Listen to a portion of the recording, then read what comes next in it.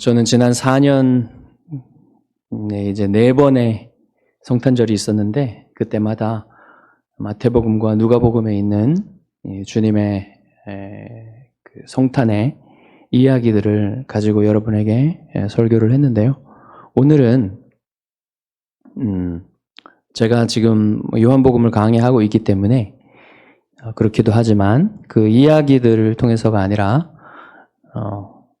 조금 다른 방법으로 성육신의 의미를 여러분에게 전해주는 요한복음의 본문을 가지고 여러분에게 말씀을 전하기를 원합니다. 이 요한복음의 이 한 절, 우리가 읽었던 이 한 구절은 성육신의 의미를 여러분에게 그 어떤 구절보다도 더 무겁게, 더 영광스럽게 증거하고 있어요. 여러분, 성육신이라는 것은 무엇입니까? 성자께서 삼위일체의 제2위신 성자 하나님께서 인성을 입고 이 땅에, 우리가 사는 이 땅에 오셨다는 것이지요. 인성을 입었다는 것은 오늘 우리의 그 본문에는 육신이 되어 그랬죠. 육신이 되어. 육신이 되어라 그랬는데 여러분 이 말을 잘못 이해하시면 단지 주님이 이 몸만 입으셨다. 성자 하나님께서 몸만 입고 오셨다. 이렇게 의미를 축소할 수 있는데 그것이 아니라 인성을 입고 오신 것입니다. 인성을 입었다는 것은 인성은 여러분 두 가지로 구성돼요.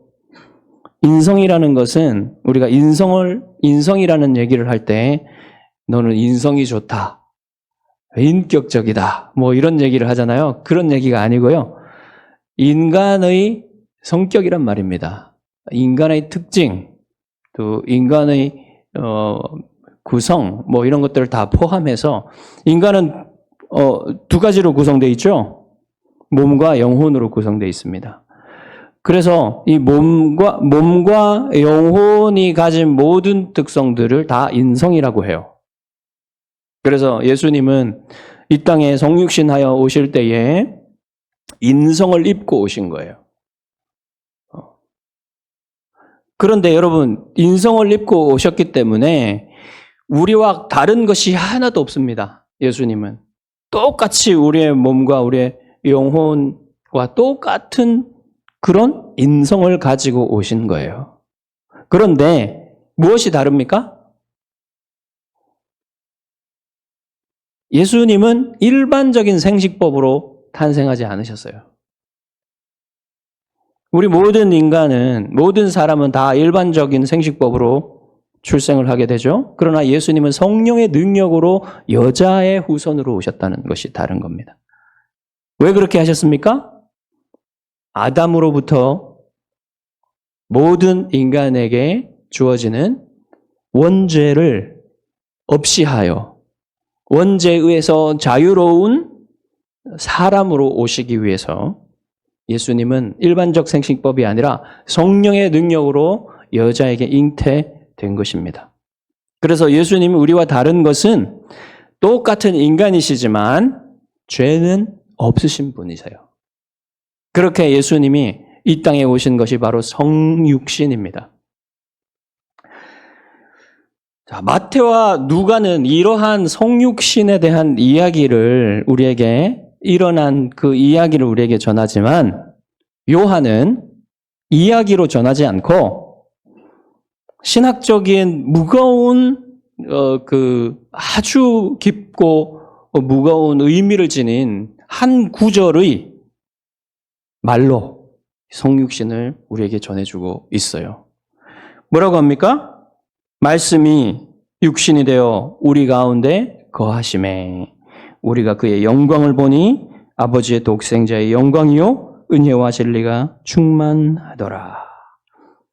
여러분 이 짧은 구절 안에 구약 성경의 소망의 전부가 다 들어있다. 이렇게 볼 수가 있습니다. 구약 성경이 기다리던, 구약 성경이 소망하게 하던 그 모든 소망 여기에 들어 있는 거예요. 자, 요한은 성자 하나님을 말씀이라고 소개를 하죠. 왜 말씀이라고 소개하겠습니까? 여러분, 말씀은 하나님을 계시한다는 뜻이에요. 하나님을 우리에게 알려준다는 뜻입니다. 그런 의미에서 여러분 보시자면 성경 전체는 하나님을 우리에게 계시하는 책이죠. 이것을 특별 계시라고 합니다. 특별히 믿는 사람들이 이 말씀을 읽고 하나님을 알 수 있기 때문에 특별 계시라고 해요. 그러나 일반 계시는 이 모든 피조 세계가, 역사가, 사람이 다 일반 계시예요. 하나님이 어떤 분이심을 일반적으로 모든 사람들에게 알 수 있도록 하는 것이 일반 계시입니다. 그러나 특별 계시는 이 하나님 말씀, 신구약 성경이 특별 계시예요. 그러니까 이 특별 계시를 통해서 여러분이 알 수 있는 핵심적인 진리가 무엇인가? 그것이 바로 예수 그리스도라는 겁니다. 성자 하나님을 여러분, 이 예수 그리스도가 신구약 성경의 신학적인 중심이에요.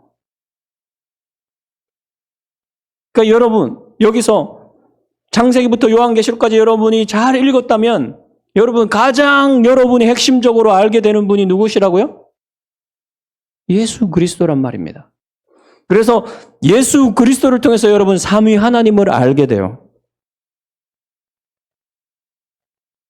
그분을 왜 말씀이라고 하는지 아시겠죠? 그리고 그분은 말씀이신 그분이 성육신을 하여서 이 땅에 오셔가지고 인격이신 그분, 하나님의 본체이신 그분이 우리의 앞에 오셔서 우리와 같은 인성을 입고 오셔가지고 하나님이 누구신지 그 본체를 우리에게 보여주신 분이란 말입니다. 그보다 더 완벽한 하나님의 자기 계시가 어디 있겠습니까? 그러니까 그분이 하나님 말씀이라는 거예요. 말씀. 그리고 여러분, 이 말씀은 하나님의 창조 때에도 여러분 이 말씀이 세상을 창조했다 그랬죠. 그리고 특별히 더욱 말씀께서 앞장서시고 주도하시는 사역이 무엇이냐면 하나님의 사역 중에 구속 사역이에요. 여러분 구약 성경에 이 타락한 사람들을 구속하는 일에 앞장서신 분이 성자 하나님이십니다. 구약 성경에도 성자 하나님이 계속해서 등장하세요. 아직 성육신은 하지 않으셨지만 그 말씀이 일하고 계셨단 말입니다. 그러니까 요한은 그분을 말씀이라고 우리에게 소개하고 있는 거예요. 성육신은 그러니까 그 말씀이 육신을 입고 인성을 입고 우리에게 오셨다라는 것입니다. 자, 이제 말씀이 육신을 입고 우리 가운데 거하시니라는 표현을 우리가 보는데요. 여러분, 이 표현을 볼 때에 여러분은 무엇을 떠올려야 하냐면 여러분이 저와 함께 여행했던 창세기와 출애굽기와 레위기를 떠올리셔야 됩니다. 그러면 여러분 이 말씀의 의미가 무엇인지 여러분 더 깊이 있게 더 성경적으로 이해하게 돼요. 이 말씀이 무슨 뜻인지 한번 우리가 되짚어 보겠습니다. 자, 창세기에서 에덴 동산을 봅니다, 여러분. 에덴 동산은 제가 무엇이라고 했습니까? 동산 성전이라 그랬죠. 동산인데 성전이라는 거예요. 그 에덴 동산 자체가. 고대인들은 세상을 어떻게 보았냐면 우주를 하나님의 집이라고 여겼습니다. 온 우주가 하나님의 집이에요. 그러니까 다시 말하자면 성전이죠. 거룩한 집이죠. 하나님의 집이니까 우주를 성전이라고 보았습니다.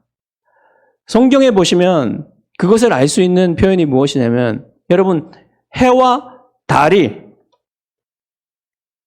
정확히 무슨 단어이냐면 빛을 의미하는 다른 단어가 있음에도 불구하고 이 해와 달은 성전에, 성소에 있는 등불을 가리키는 그 단어와 똑같은 단어를 씁니다. 그러니까 우주가 성전이라는 사실을 그런 식으로 표현한 거예요. 해와 달은 우주 성전의 등불이다, 등잔이다, 등잔에 비추인 그 등불이다라는 사실을 말해주는 겁니다.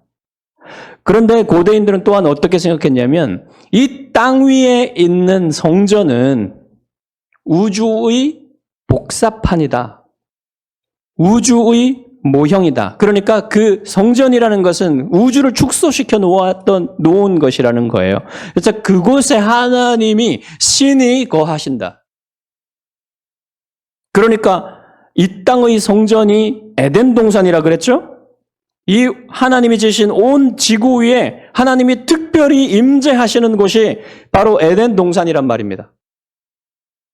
그 에덴 동산에는 누가 있었습니까? 제사장인 아담이 있었던 거예요.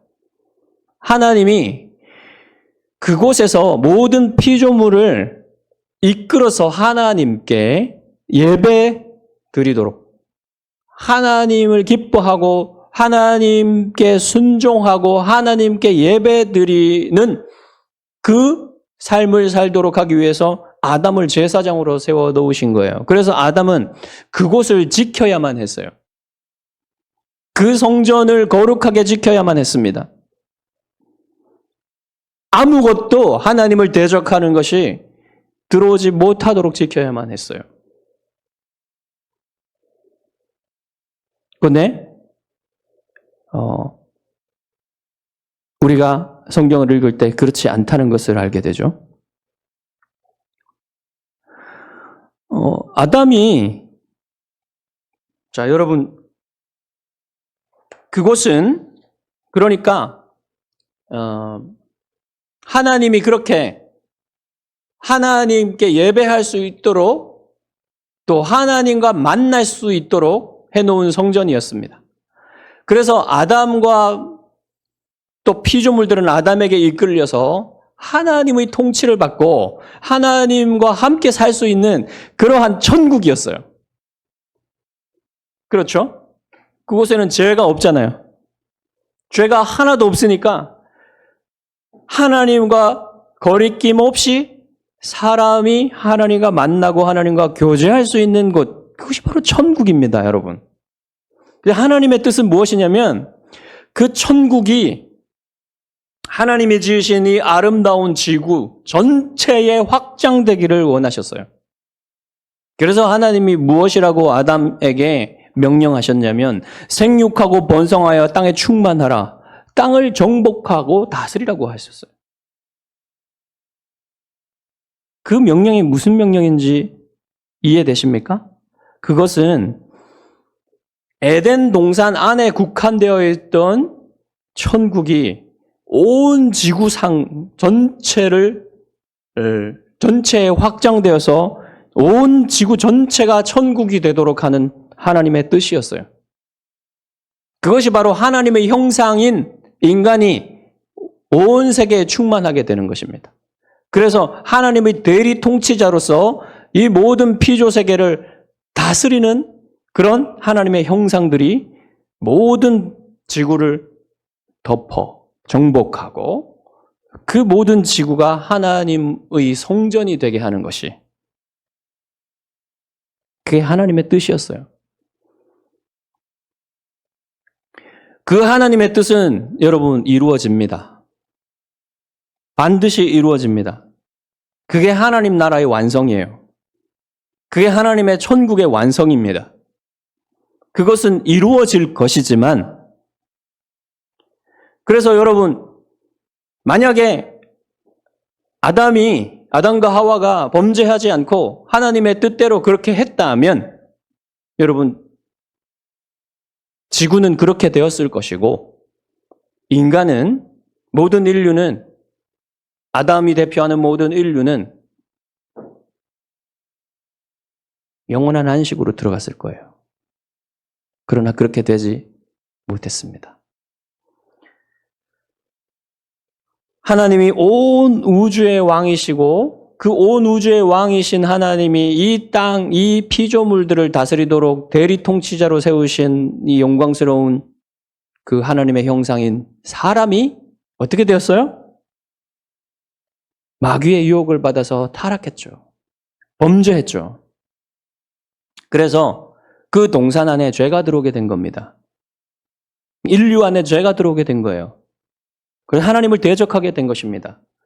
그래서 여러분 쫓겨나게 되는 거죠. 이 성전에서 쫓겨나게 되는 거예요. 천국에서 쫓겨나게 되는 거예요. 하나님과의 만남이 불가능해지게 된 것입니다. 죄책과 죄의 오염을 가진 인간이 어떻게 거룩하신 하나님과 함께 할 수 있겠어요? 그래서 당연히 쫓겨나게 되는 것이죠. 여러분, 하나님이 영원 전에 세상과 온 우주와 사람을 창조하기로 작정을 하셨을 때 그때에 하나님은 인간이 타락하게 되는 것까지 작정을 하셨습니다. 인간이 타락을 할 수 있도록 허용하시는 것을 작정하셨어요. 의도하신 것이 아닙니다. 이걸 잘못 생각하시면 안 돼요. 어떤 분들은 하나님이 그렇게 의도하셔서 사람이 죄를 지었다 이렇게 말씀하시는 분들이 계시는데 큰일 납니다. 이단입니다. 하나님은 의도하신 것이 아니고요. 인간이 죄를 짓도록 의도하신 것이 아니라 인간이 죄를 짓는 것을 허용하시기로 작정하신 거예요. 자, 이것을 하나 조금 비교해 보겠습니다. 하나님이 지으신 도덕적인 피조물, 영적인 피조물인 천사들이 있죠. 천사들에게 대해서는 하나님이 어떻게 작정하셨겠습니까? 하나님이 영원 전에 천사들을 창조하시기로 작정하셨을 때 그들 가운데 일부는 타락하는 것을 허용하기로 작정하셨습니다. 그러나 타락하지 않는 다른 천사들은 타락하지 않게 붙드시는 것, 지키시는 것으로 작정을 하셨어요. 그런데 하나님의 작정에는 이 타락한 천사들을 구속하는 작정은 없어요. 이 타락한 천사들은 그대로 그냥 그 타락 속에 내버려 두시는 것이 하나님의 작정이었습니다.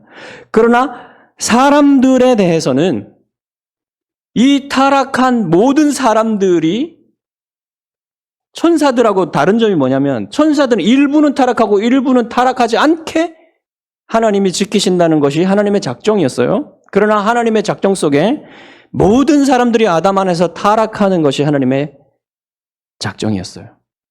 그것을 허용하시기로 작정하셨습니다.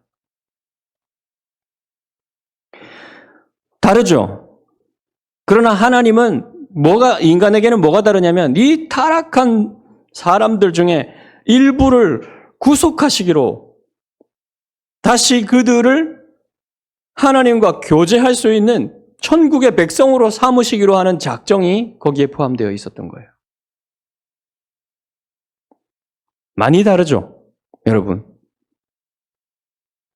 여러분이 아주 존귀한 존재라고 생각하는 천사들보다도 더 영광스러운 계획을 하나님이 인간에게 사람에게 가지고 계셨다는 사실을 여기에서 깨달아야 됩니다, 여러분.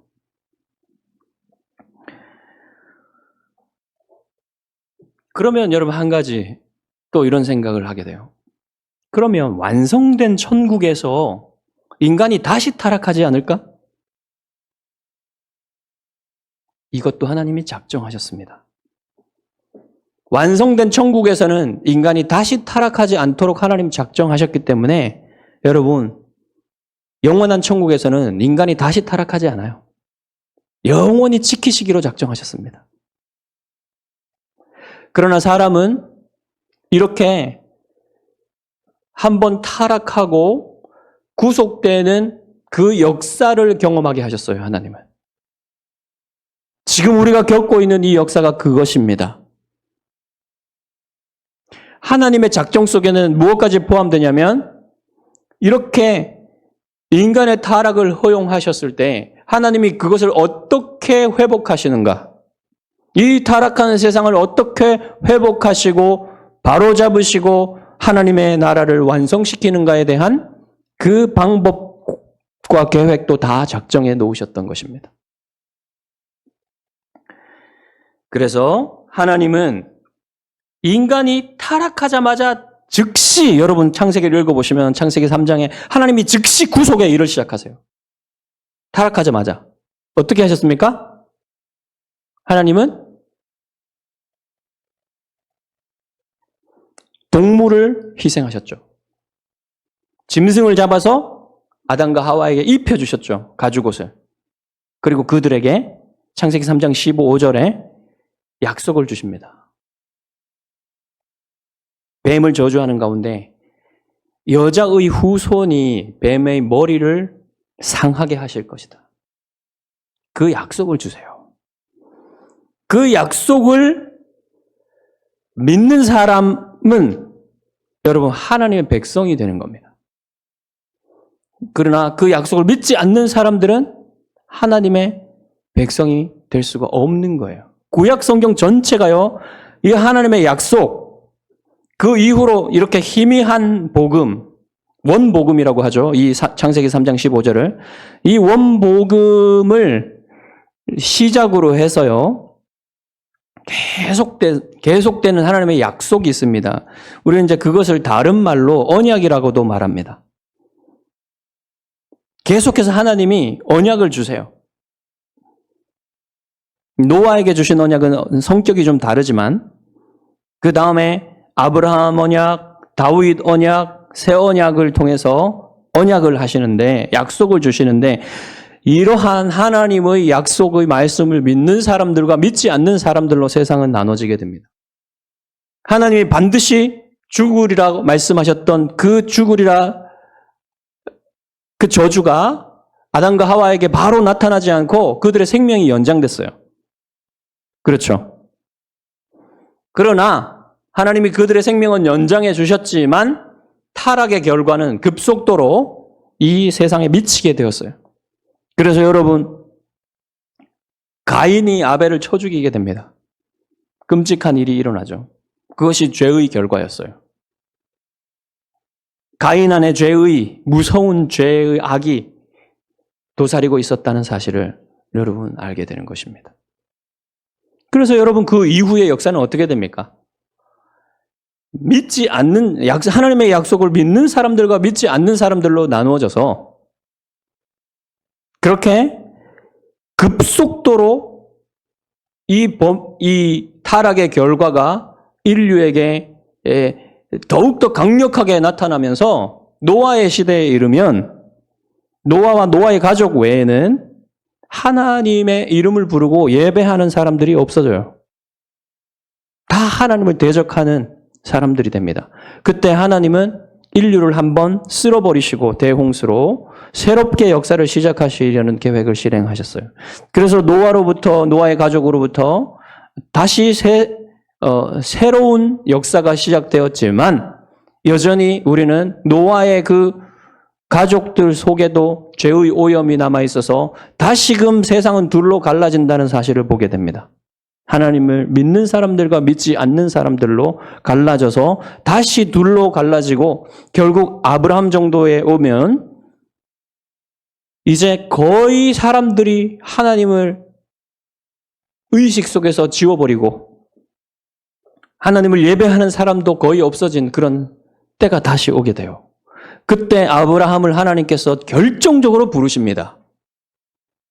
결정적으로 부르셔서 이제 하나님이 한 민족을 하나님의 백성으로 삼으시려는 계획을 실행해 나가세요. 그래서 아브라함의 아들 이삭, 이삭의 아들 야곱, 야곱의 아들 요셉의 때에 하나님은 이스라엘을 이 가족을 애굽으로 이주를 시켜서 그 애굽에서 요셉의 보호 아래 이 민족이 커간다는 그 기대를 갖게 하고 창세기는 끝납니다. 그리고 출애굽기에 가보시면 이 민족이 어마어마한 민족이 되었어요. 그 애굽이라는 땅에서 어마어마한 민족이 되었는데 그 민족이 애굽의 노예가 되었습니다. 그것은 상징적으로 무엇을 보여주는 것이냐면 하나님의 백성들도 원래는 죄와 마귀와 죽음의 노예였다는 사실을 상징적으로 보여주는 거예요. 그래서 하나님이 죄와 마귀와 죽음의 노예가 된 그 사람들을 해방하셔서 구원하신다는 내용이 바로 하나님께서 출애굽시키시는 거예요. 이 백성을. 이 출애굽시키셔서 광야를 지나게 하시고 하나님의 산 시내 산에 이르게 하시는데 왜 산이겠습니까? 원래 하나님은 동산에서 예배를 받으시고 그 산에서 하나님이 사람들을 만나 주셨다는 그것이 다시 우리의 눈앞에 들어오게 되는데 하나님은 이 동산에서 사람들을 시내산에서 만나 주셔서 그들에게 율법을 주시고 그들과 다시 언약을 맺으셔서 그들을 하나님의 백성으로 삼으시는 거예요. 하나님은 무슨 생각이시냐면 이제 이 백성들에게 이전까지는 하나님이 사람들을 만나 주실 때 개인적으로 만나 주셨어요. 그러나 이제는 하나님이 그렇게 하지 않으시고 많은 사람들, 한 민족을 하나님이 그들을 만나 주시고 교제하시겠다는 계획을 실행하시는 겁니다. 그래서 하나님은 하나님의 산으로 부르셨고 에덴 동산을 생각하게 만드는 일을 하시는데 그게 뭐냐면요. 성막을 만드시는 거예요. 성막은요. 그 성막 안에 있는 모든 것들이 다 에덴 동산을 기억하게 만드는 겁니다. 성막에 여러분 금초 때는 나무를 상징합니다. 생명나무. 그 다음에 그룹들이 있었죠. 그룹들이 수놓아져 있었죠. 그룹들은 무엇의 상징입니까? 하나님 보좌를 지키는 천사들의 상징이에요. 그것이 하나님의 보좌라는 사실, 하나님이 임재하시는 보좌라는 사실을 보여주고 있는 것이고요. 거기에는 등잔대도 있었죠. 등불도 있었죠. 그 다음에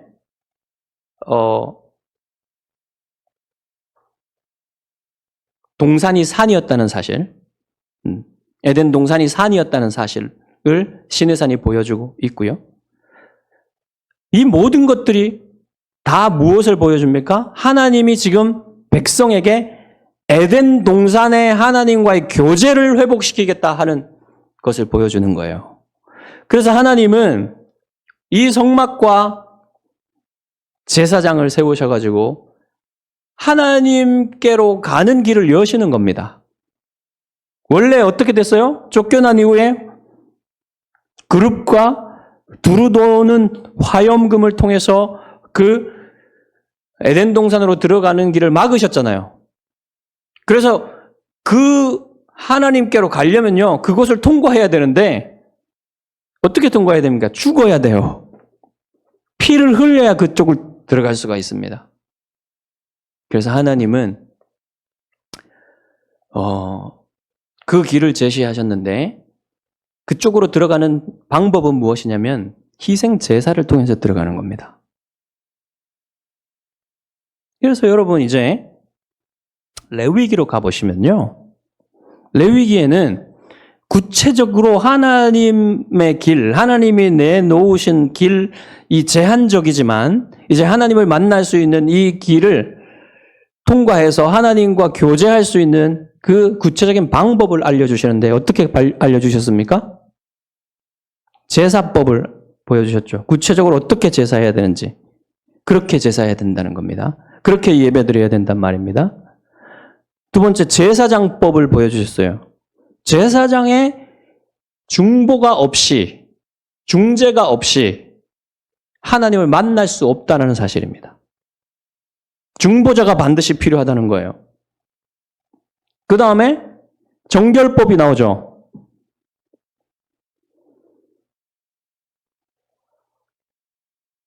부정한 상태로는 하나님께 가까이 접근했다가는 즉결 처형당하는 거예요. 정결해져야 되고요. 정결한 상태로도 성막 안으로 들어갈 수가 없어요. 거룩해져야 됩니다. 거룩해지려면 어떻게 되죠? 희생 제사를 통해서 거룩해져야 된다는 사실을 정결법을 통해서 우리에게 보여주셨고, 또한 그 이후에는 안식일과 절기법들을 통해서, 이 안식일과 절기법을 통해서 하나님께서 이 사람들에게 안식을 주시기를 원하시고, 하나님이 그들과 기쁘게 교제하기를 원하신다는 사실을 보여주셨는데, 여러분 요한복음에서 우리가 12장까지 살펴봤을 때 절기 때 예수님이 자기 자신을 보여주셨죠. 유월절과 초막절과 이러한 절기 때의 자신을 보여주신 것은 무엇이냐면 바로 자신이 이 레위기의 절기들을 성취하시는 분이시라는 사실을 보여주는 거예요.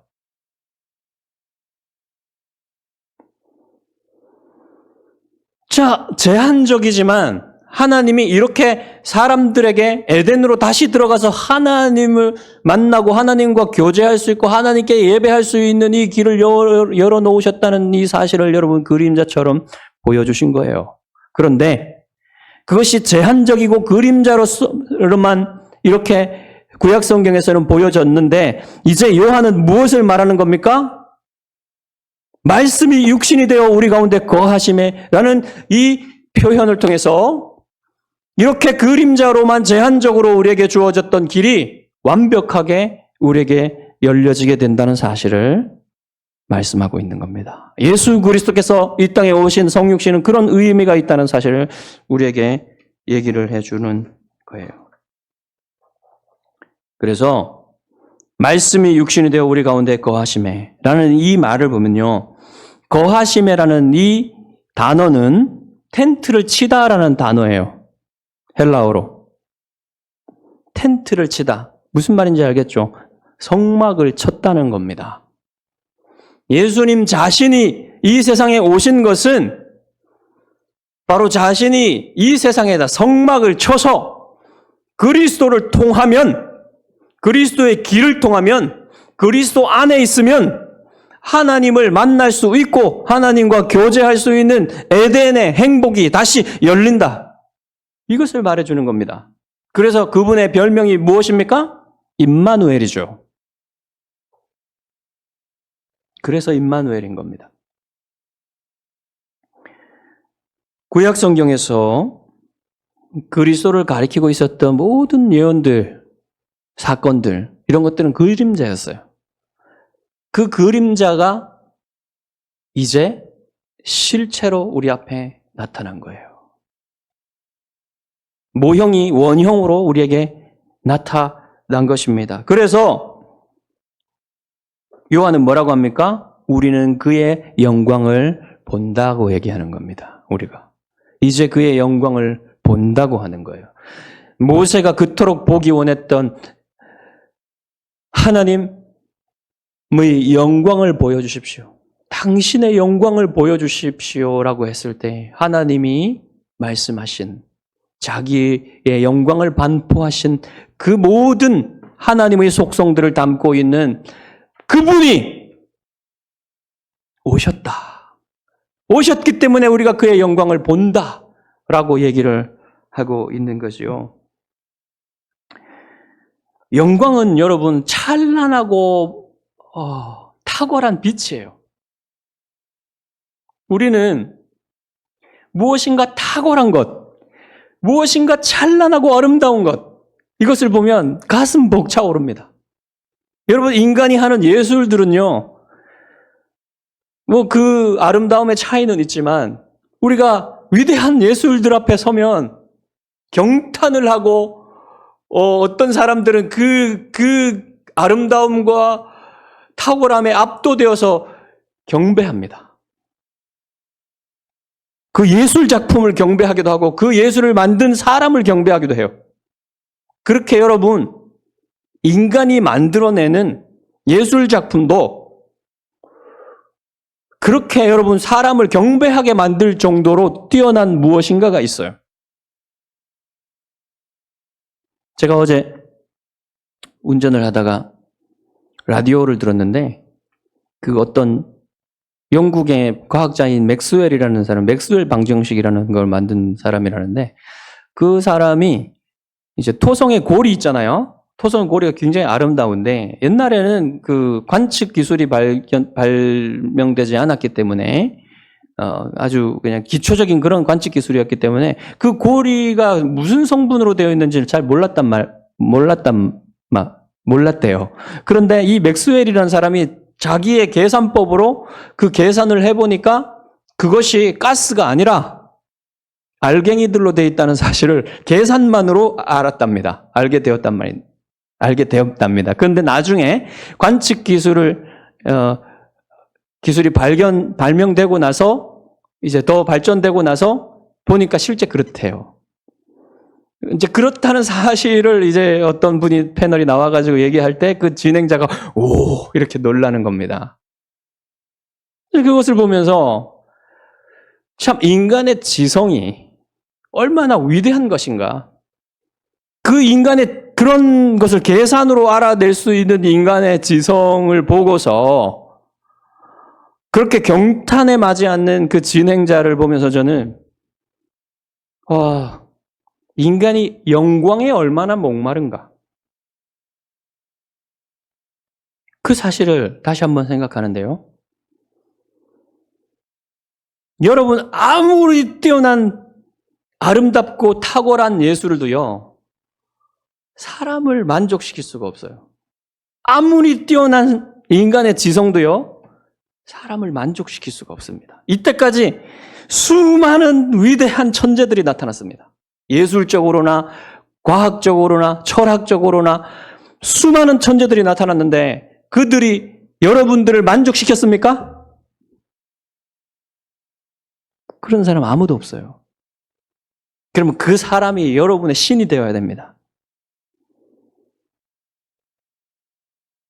여러분을 만족시킬 수 있는 영광은 하나님의 영광밖에 없어요. 여러분이 하나님의 영광을 실제로 만나게 되면, 하나님의 영광을 알게 되면 여러분이 비로소 그 영광에 압도되어지고 그 영광을 사랑하게 되고 그 영광의 본체이신 예수 그리스도를 여러분 경배하게 됩니다. 예배하게 돼요. 비로소 여러분이 그 영광 안에 안식하게 됩니다. 아우구스티누스가 당신 안에 당신의 영광을 보기 전에는 안식할 수 없었던 자신의 영혼에 대해서 얘기하죠. 모든 사람이 그렇습니다. 그런데 요한은 이 그리스도의 영광의 핵심이 무엇이라고 얘기하냐면 은혜와 진리가 충만하다 그랬어요. 예수 그리스도는 은혜와 진리가 충만한 분이시다 그랬습니다. 은혜는 무엇입니까, 여러분?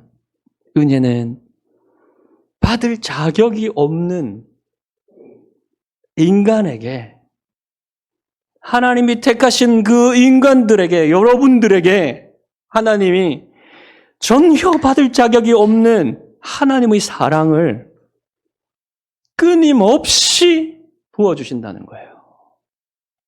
구약 성경 전체가 그것을 보여주고 있습니다. 그 은혜가 전혀 모자람 없이 충만하신 분이 예수 그리스도라는 말이에요. 추상적으로 생각하지 마십시오, 여러분. 은혜. 진리도 여러분 추상적으로 생각하지 마십시오. 예수님은 이렇게 죄인들에게, 하나님을 대적한 죄인들, 멸망받아 마땅할, 영원히 멸망받아 마땅할, 지옥에서 고통받아 마땅할 이 죄인들에게 은혜를 베푸실 때에도 그분의 공의로우심, 그분의 참되심을 전혀 버리시지 아니하시고 포기하시지 않으시고 훼손시키지 않으시고 그 일을 하시는 분이시다. 그래서 예수님 안에서 여러분, 예수 그리스도의 십자가 안에서 하나님의 은혜와 진리가, 공의가, 참됨이, 정당성이 만나는 거예요. 예수 그리스도 안에서 하나님의 사랑과 공의가 대립하지 아니하고 만날 수 있다는 사실을 오직 예수 그리스도 안에서만 우리가 그것을 볼 수가 있는 것입니다. 그래서 여러분, 주님의 영광이 여러분에게 나타났어요. 주님의 영광이 나타난 그 날이 바로 성육신의 날입니다. 그리스도가 인성을 입고 여러분에게 오신 그 날, 그런 의미를 가지고 있습니다.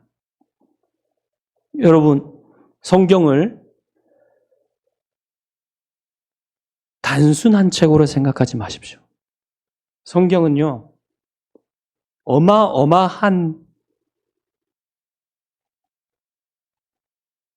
깊이와 높이와 넓이를 가진 진리를 여러분에게 오늘도 전하고 있습니다.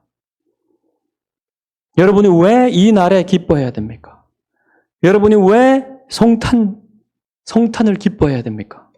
그것을 아주 얕게 아는 사람들과 그것을 성경 전체로 깊이 있게 아는 사람들이 가지는 무게, 기쁨, 경배의 수준은 달라지는 것이에요. 여러분이 이 성육신의 신비를 생각할 때마다 여러분 안에 놀라운 경배가 하나님께 드려질 수 있기를 바랍니다. 그래서 여러분이 이 날뿐만 아니라 언제나 그리스도께서 여러분에게 오신 이 성육신을 여러분이 들을 때 생각할 때마다 하나님께 경배하게 되시기를 주님의 이름으로 축복합니다. 기도합니다.